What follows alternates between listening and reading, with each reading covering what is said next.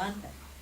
Well, our inspirational reading today comes from a book that I dearly love, 365 Science of Mind. It's a year of daily wisdom from Ernest Holmes. This comes from page 217. It says, I partake of the nature of God. The Spirit of God hath made me, and the breath of the Almighty hath given me life. No one can doubt that God is perfect. But Jesus said, Be ye therefore perfect, even as your Father which is in heaven is perfect. And he has already located heaven within. So he also said, Thy kingdom come, thy will be done, in earth as it is in heaven. By which he meant that when we do the will of God, earth will be like heaven. That is, the without will be like the within. For the two are really one. Therefore, our claim and affirmation, our prayer and our acceptance, our communion with the infinite should always be based on the realization that God is in and through his creation, as well as abound around and about it. When we make this claim, we are not speaking from the standpoint of little, isolated ego that we appear to be, but rather we are acknowledging and accepting and agreeing with the perfection that already exists. You and I had nothing to do with the creation of this perfection. We did not think it up or plan it out, or cause it to be. For this, we should be profoundly grateful. For the human mind is finite and limited. Our claim, rather, is one of identifying ourselves with the divine and recognizing its presence and accepting its action in our lives. Thank you, Ernie. You did a good job on that. Well, our speaker this morning, very special man. He's been with us before, but he's written a couple of books. One is Out of Your Mind, and he co-wrote this with Virginia Foster. She's our speaker for today, this afternoon. And he's also written this one, of course. We've seen these. Yes, you can do this. Well, some of the things you might not have known about him, I found out by reading the back of this book, is that at one time he was the host of the largest New Thought television ministry in history. There Is a Way, I guess was the name of it. And he also was the founding minister of the Christ Church Unity of El Cajon. And I understand that was quite, might still be, I don't know, I've not been there, but I understand it's quite Bible, very, very vital. He's a funny man. And he's a fun man. And we just love to have him come.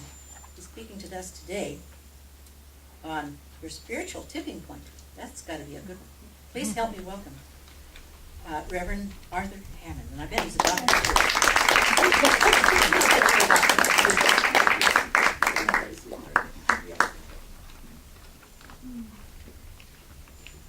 Good morning. Good morning. I hope, is this on?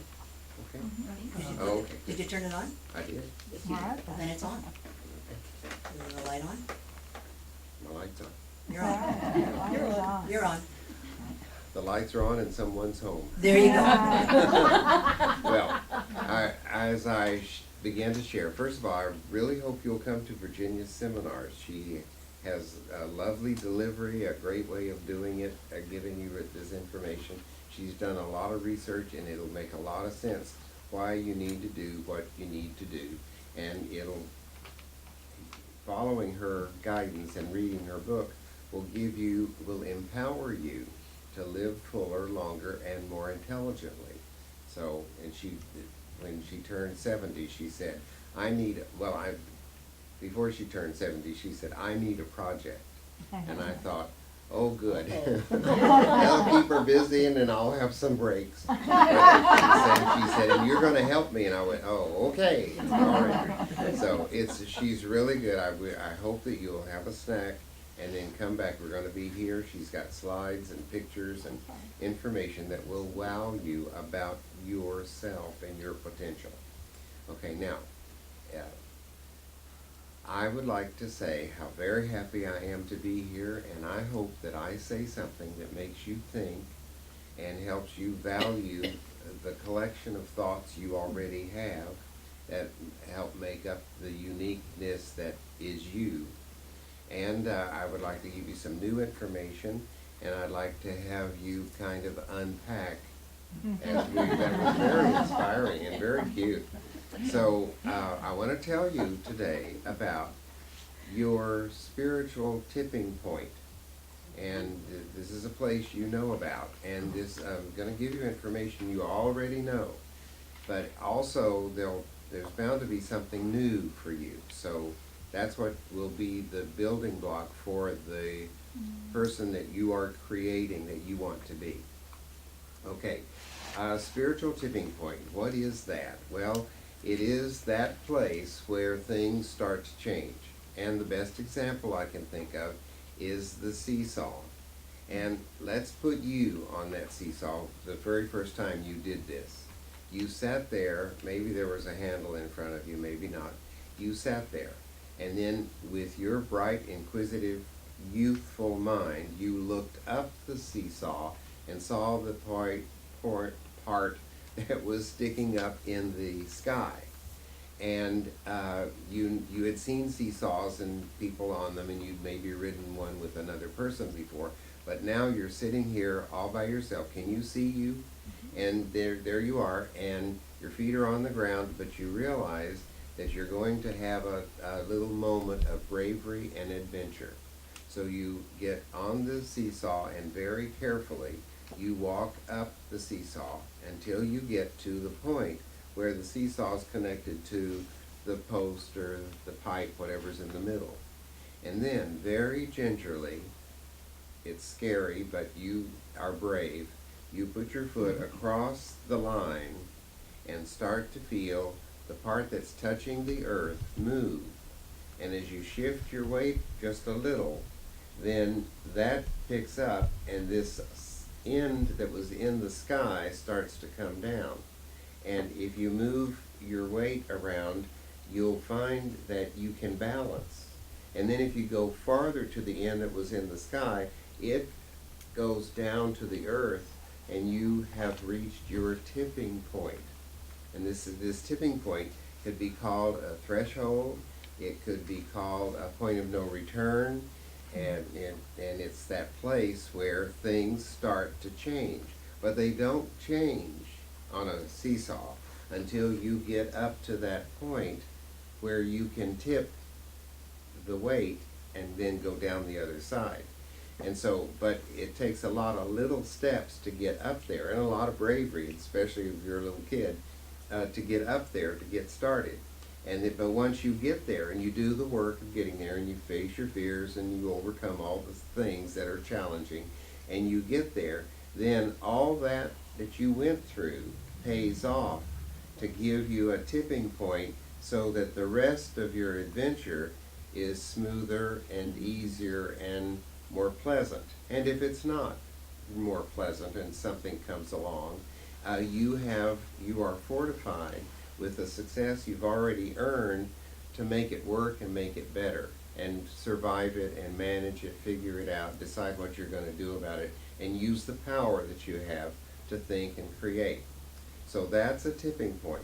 Now your spiritual tipping point is, and since we're here to work on our understanding of our spiritual self, your spiritual tipping point is that all the good that you do is like getting up to a point of accumulation that makes a difference.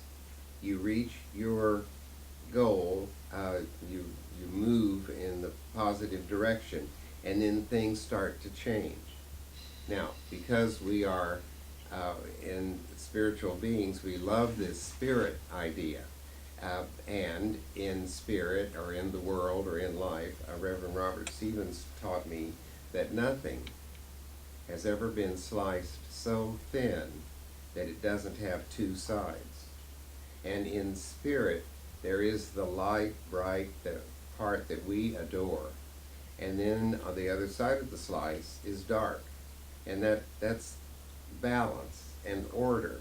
And we choose to be on the bright side, so that in our spiritual demonstration and our expression of ourself and how we live our life, as we move positively, we build on that positiveness, and it accrues more positiveness. We get in the flow of positivity, and before we know it, we're reaching a place where all that positiveness pays off. And that's not just general positive, but that's positiveness to some of those things that we need to unpack, and looking at them, singling them out, and blessing them, loving them, being thankful for them, realizing they've come to teach us lessons. So, but when we're spiritually doing that, we earn the right to reach that tipping point, and then things get better for us. The dark side is, I'm sorry, I'm in sales, I'm not in management. This part is that if you're doing negative, mean, ugly, thoughtless, cruel things, they build up, and you reach a tipping point where that escalates, and it's easier to be meaner and stingier and less considerate of others. So if you can catch yourself, and I know we're good at this, I'm preaching to the choir, if you can catch yourself when you're having a negative direction, thought, energy, idea, and correct that, then that correctness will put you in the right vein, the right direction, the right flow of good, and that will lead, over time, applying yourself, doing your best over and over again, that will lead you to that kind of a spiritual tipping point, and you'll be on your way. So, one of the things to do is when you see someone driving really badly, if you criticize them, then that helps you identify the next one in the rearview mirror that's going to take their place, because they've already gone through all the traffic and they're on their way. And so your negative recognition of them, and probably a little judgment and a little less than a blessing, of course, maybe on them for the way they're driving, and they shouldn't be, and where are those police when you need them? That will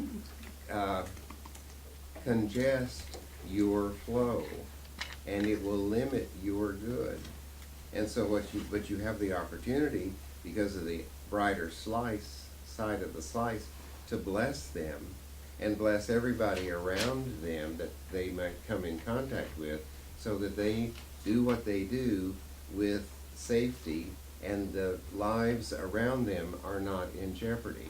And the more that you concentrate, and me, all of us, on this good, the more creative we become, and the more possible it is for us to create that spiritual tipping point where everything works and starts to flow better, and it becomes a part of our nature to just have things working together for good, because we declare that they do.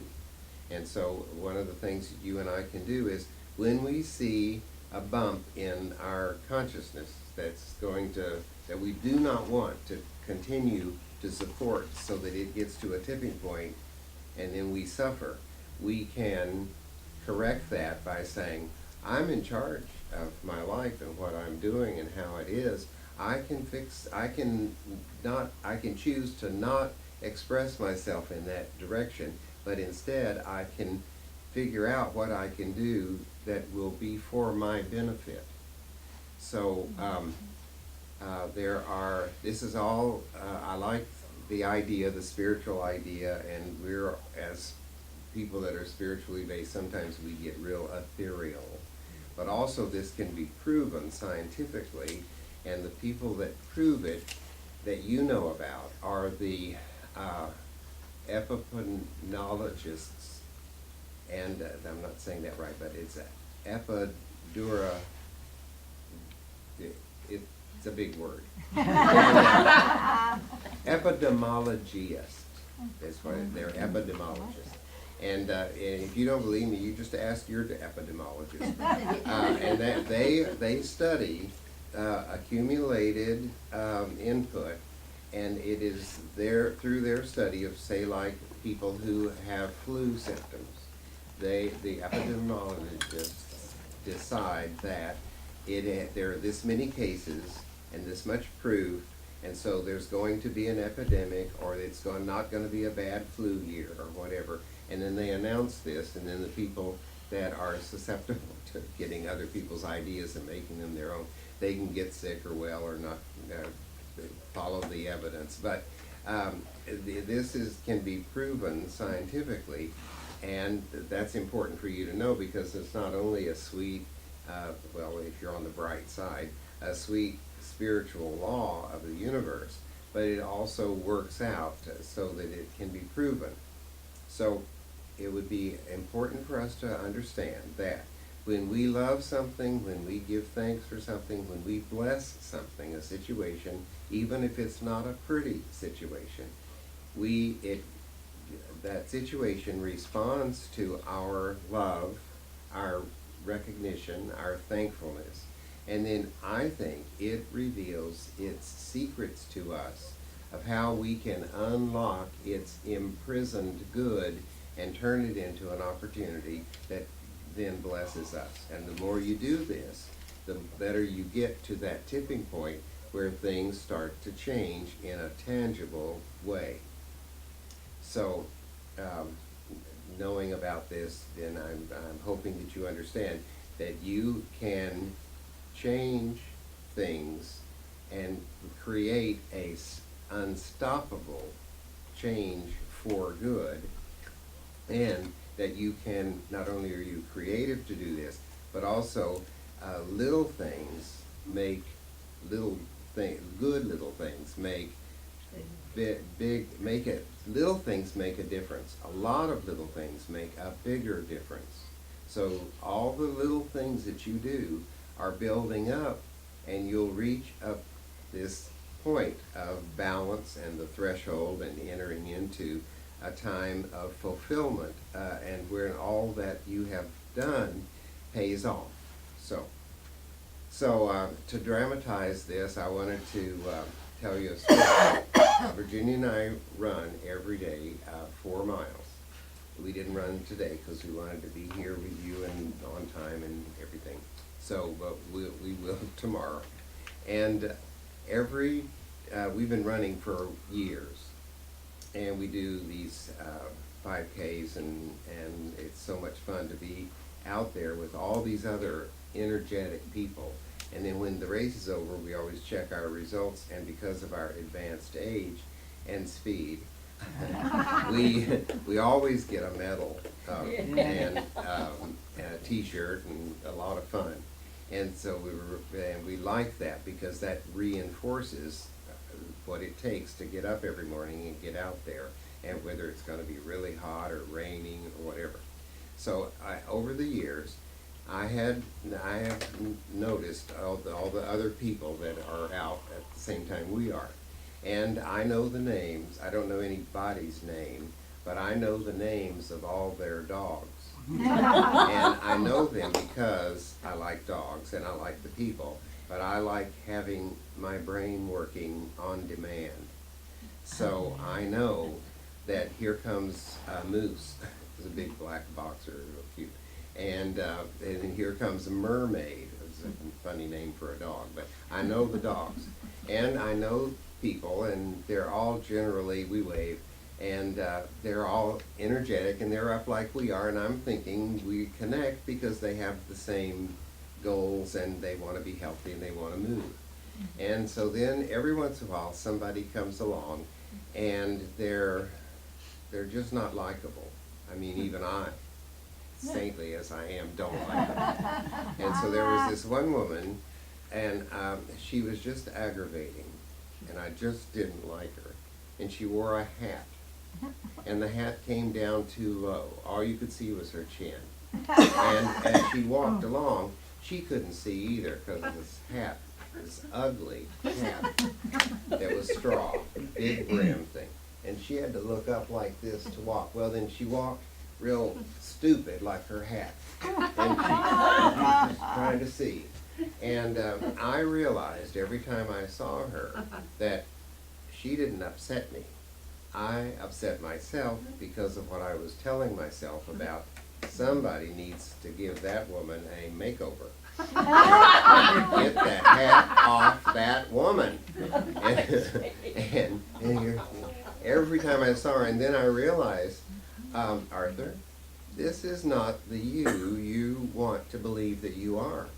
You're saying ugly, mean, bad things about her that Sheena doesn't know. She doesn't know. She would never get it. And she does not know you're doing this, but you know you're doing this, and you need to stop. And I said, stop? What will I do in place of judging, criticizing, and getting all irritated? And then I thought, well, you've got to think of something. And I thought, I know what works always is to give someone a blessing and say, I behold the Christ in you, and smile and just give them energy and see them in a bubble of love and light, you know. So I started doing that, and I did it for more than a year. And then Virginia and I ran the half marathon in Las Vegas, which is a lot of fun. It starts at 4 in the morning, and you run down the strip, which is all lit up just for you, and you reach the Fairmont experience and come back. And we had a whole lot of fun. And they had a big sing. I think Cher did the national anthem, and there's music along the way. It was real fun. So I was training for that, and every morning I would leave our timeshare and run down to the Fremont experience and back. It was like 10 miles, and I needed to do that so I could run 13 and live. So get my medal and my t-shirt. And so I'm coming back from the Fremont experience. I'm about mile 7, and I'm on the sidewalk in Las Vegas in my little running outfit, and it's early, 6:30 in the morning, and I see a woman with a hat on, and it looks just like her. And I thought, that has to be her. There couldn't be 2 women that be that ugly as 2. And I thought, no, that's not her. I'm in Las Vegas. She's in La Jolla. And the closer she got, the more I had never seen her face. I'd never seen her eyes. I just knew her chin and her lips, and that stuck out from under the hat.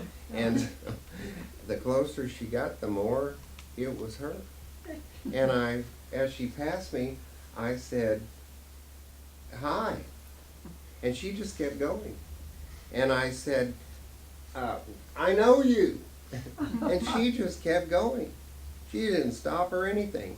And then I said, La Jolla. And she stopped. And she turned around, and I got her up to her by then. And here she is with the hat. And I'm still not seeing her face, just her chin. And I said, I pass you all the time in La Jolla. I didn't say, I see the light in you, I behold the Christ in you, I'm surrounding you with the bubble. And I didn't tell her that. I just said, I see you every morning in La Jolla. And she said, yeah, I see you too. She said, is Circus still down here? I said, yeah. And she said, thanks. And then she just was off. And I thought, well, she doesn't have any social skills either. And there she just went off. And so I continued to bless her, and every time I saw her, I blessed her, and there was no opportunity. I just didn't feel it was right to talk, and she didn't want to talk, so I just blessed her. And then several months after that, I think in the spring, Dr. Roy, who is a psychiatrist, had a birthday party, and he had all these friends there, including Virginia and me, and cake and food and all, a lot of fun. And he introduced us to everybody, and here I got to meet a woman. Her name was Madeline, and I thought, I know that chin. I know that lip, that lower lip. And I looked and I saw her, and she had a really pretty face, and she had beautiful eyes, and she was an anthropologist. She was really smart, a lovely person. And when she walks, she's just doing one thing, that's just walking. She doesn't think about doing social things. And we talked, we visited. She said, yeah, I know you. I saw you in Las Vegas. I saw you in Las Vegas too. And so it was, but what happened was I was doing damage to my consciousness by having criticism. And when I stopped that and started giving a blessing, I created my energy and my desire to do the right thing and to be the best person I could be, did more and expanded and reached a tipping point and paid off more so than I could have ever imagined just giving somebody a blessing would give, because it gave me an experience in Las Vegas, helped me meet her in person months later, and gave me something to tell you this morning that helps you go, well, he must know what he's talking about. I'll have to try this spiritual tipping point practice of finding the good, highlighting it, spotlighting it, talking about it, dwelling in it, wallowing in it, giving it all my energy, and that will lead me to discover more good and to express my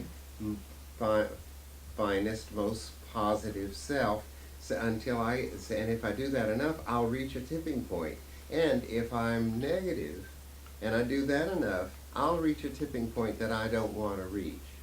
So we want to be positive and creative, and the more you apply it and the more you do it, the better you become at it, and the closer you get to your next tipping point. Okay, now I've got a couple of assignments for you. Bear with me. Who here knows what who here has heard of the Day of the Dead? Okay. Who here really knows what it is? We didn't know. Okay, I was on an airplane going to Hong Kong, and I had a movie selection, and I was going through the movies, and there was Coco, the Disney movie about the Day of the Dead, and I knew that, and the colorful little picture, a poster of it, and I thought, oh, I don't want to watch that. I don't know what that's about. And I said, Arthur, this is a great time for you to learn something. You can't get off the plane, and so go ahead and watch this and open, and you've got hours ahead of you. See what you can discover and learn. So I watched the movie, and I found that it was very spiritual, it was very colorful, it was inspiring and educational and really fun. Music, color, story, it was very, very sweet. And when the movie was over, I knew, and now I know what the Day of the Dead is all about, why it is, and why it occurs. This is good for me, because every time I go to Old Town and I see some skeleton surrounded by flowers and go, ooh, what's that? I can go, I know about that. And because of what I know and because of what it means to our friends in Mexico, I think that's really beautiful. I like it. Doesn't bother me a bit. So my homework assignment for you is that either on Netflix or at the library for free, or however you would get a movie, that you get the movie and see it. It'll change the way it'll change a perception of you that's right now, no offense intended, ignorant. It just doesn't know. And when you open that door, all the other doors open, and who knows, but by being adventurous, curious, open and receptive to understand and see, learn new things, you could reach a tipping point that would take you into a life of learning and adventure and exploration where there's no time to age or get sick or be ill or contagious or whatever. So that's an idea. Another idea, you're going to love me for this one, is if you, at your house, got down on your hands and knees and just got there like this, and then you wiggled everything that will wiggle, and you moved around, and then you got up, and you might need help, but you might also just be able to get up. If you were to do that, I promise you, you'll say, Arthur, I don't like you. Then you would say, he said if I did this, I would add flexibility and movement, grace and beauty to my physical appearance and my consciousness. And if I could get down there and get up like 2 more times until I can do it with ease, and then 4 or 5 more times. The way I move, the way people see me moving, the way my family, my grandkids, the people at Vaughn's, and all react to me will change. I'll keep getting up, getting down, and I'll reach my point of critical mass and then move beyond that. Just watch out. And another thing that you could do, this is a bonus assignment, is you could just walk around your block or around your mobile home park or down to the corner and back. And you'll come back, if you're not used to this, you'll come back breathing heavy and wondering, what have I done now? You know, is this am I going to live? But if you keep doing that, you'll get stronger and more capable, and the blood in your body will pump through your heart, and the air in your lungs will revitalize the blood and take out the old and replenish you, and you'll be better off because you did something extra. And you say, well, I don't have time. Well, you what else are you doing? You have all, as Virginia tells me when I say I don't have time, she said, you have all the time that Einstein had. And I thought, yeah, well, Einstein wasn't married to you.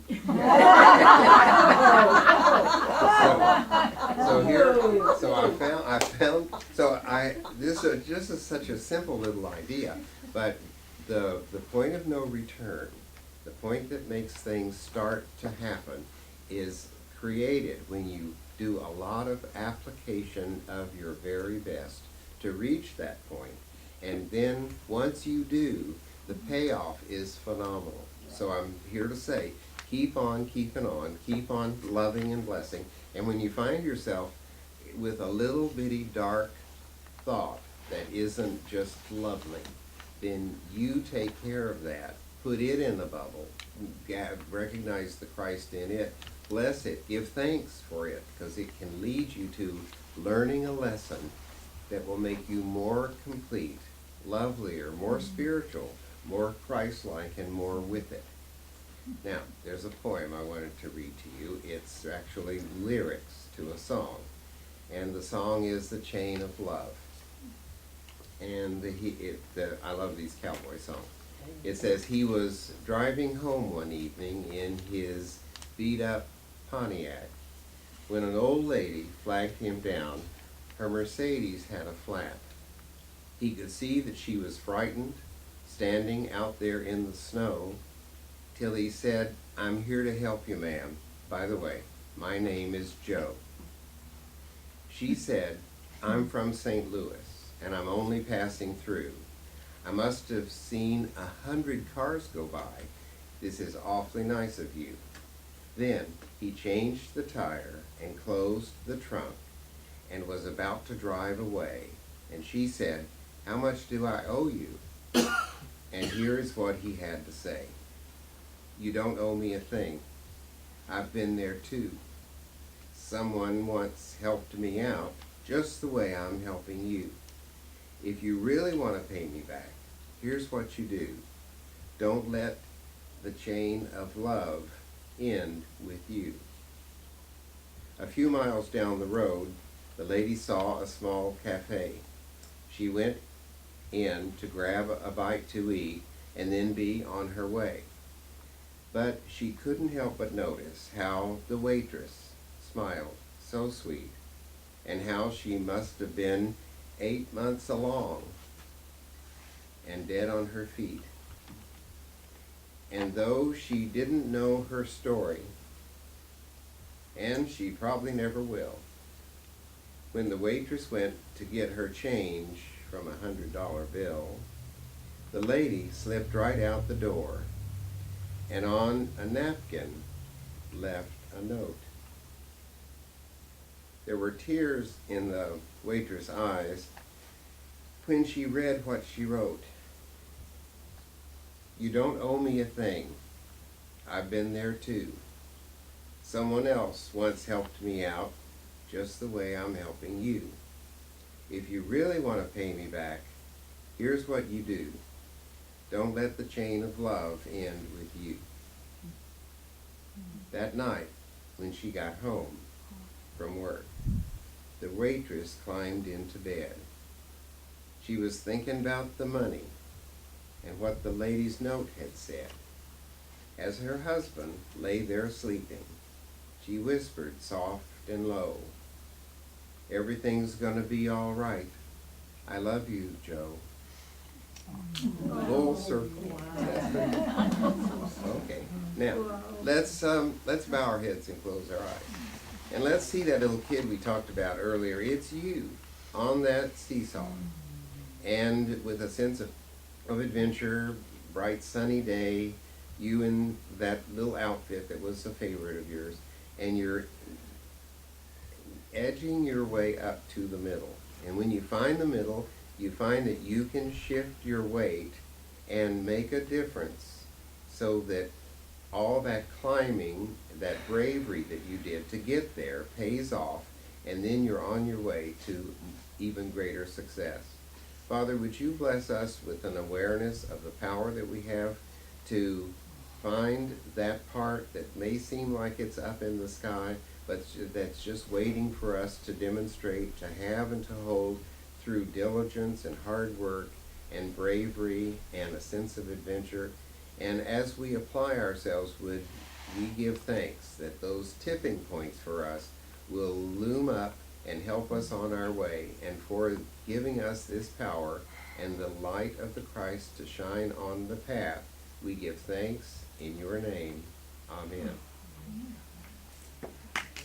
Thank you.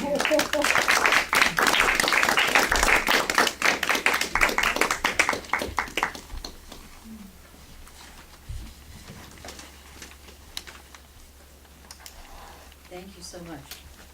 That tipping point stuff, that's pretty good stuff.